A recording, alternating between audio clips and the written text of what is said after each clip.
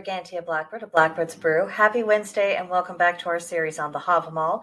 This week we're looking at verse 62 and, as always, examining 3 different translations. The first translation reads, "Like an eagle swooping over old ocean, snatching after his prey, so comes a man into court who finds there are few to defend his cause." That's Olive Bray. Second translation, "As the eagle who comes to the ocean shore sniffs and hangs her head, dumbfounded is he who finds at the thing no supporters to plead his case." That's W.H. Auden and P.B. Taylor. Now for our final translation from the Cowboy Havamal. "Consider your reputation. If you go to town and know nobody, and nobody has a whit to say about you, you'll be like an eagle stretching out its beak but never catching a fish." That's Dr. Jackson Crawford. So independence, going it alone, not caring about what anybody thinks, this has been romanticized and equated with the ultimate expression of freedom and the highest possible virtue and character trait. But as with all things, balance is needed and a spirit of reasonableness is beneficial. It's one thing to stand your ground when it comes to important principles, but it's quite another matter to go through life needlessly antagonizing people or shunning society to the point where you have essentially rendered your status to that of a ghost. Much of life requires dealing with other humans and learning how to negotiate these relationships to create livable arrangements that do right by all involved parties. Of course, if we shut others out entirely, or we give them cause to consider us to be absolutely insufferable to be around, then negotiation becomes impossible, let alone healthy interpersonal relationships.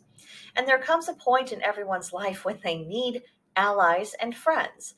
We are living in a period of time right now in which there is a need for like-minded people to come together in common cause. And if you are in 80% agreement with someone else, that's probably good enough. The other 20% probably isn't worth worrying about, or at least not worth worrying about when there are larger issues to address. It's the people that you have nothing in common with besides living on the same planet and being the same species. That could be a cause for concern in the event that they prove to be hostile towards you. But how in the world does anyone expect to cultivate allies and good relationships with people when someone insists on hiding away from the world entirely? You might have a heart of gold, best of intentions, excellent character, but when no one has a history with you, how would they know that? And why would they come to your aid? You're a stranger to them, and you can be as independent as you like, but the moment will come when you are going to need more than just yourself to get by. Being unduly mysterious or standoffish has been presented as strategic wisdom by some, but it's a good way to end up completely alone in the moments in life when you actually need support. Some people refuse to engage because it's just too much trouble, too much of investment, and they only look for the most superficial of connections in life. And this is very sad. And it's another road to be alone when it would be to your benefit to have actual relationships with others. Another roadblock is the fear of emotional hurt. And there's no shortage of emotional trauma. And sadly, some people have had absolutely horrendous experiences and they have dealt with betrayal of the most brutal kind. It's awful.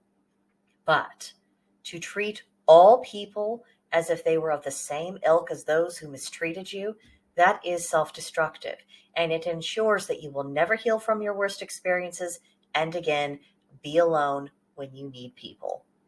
So the cost-benefit ratio of this must be considered.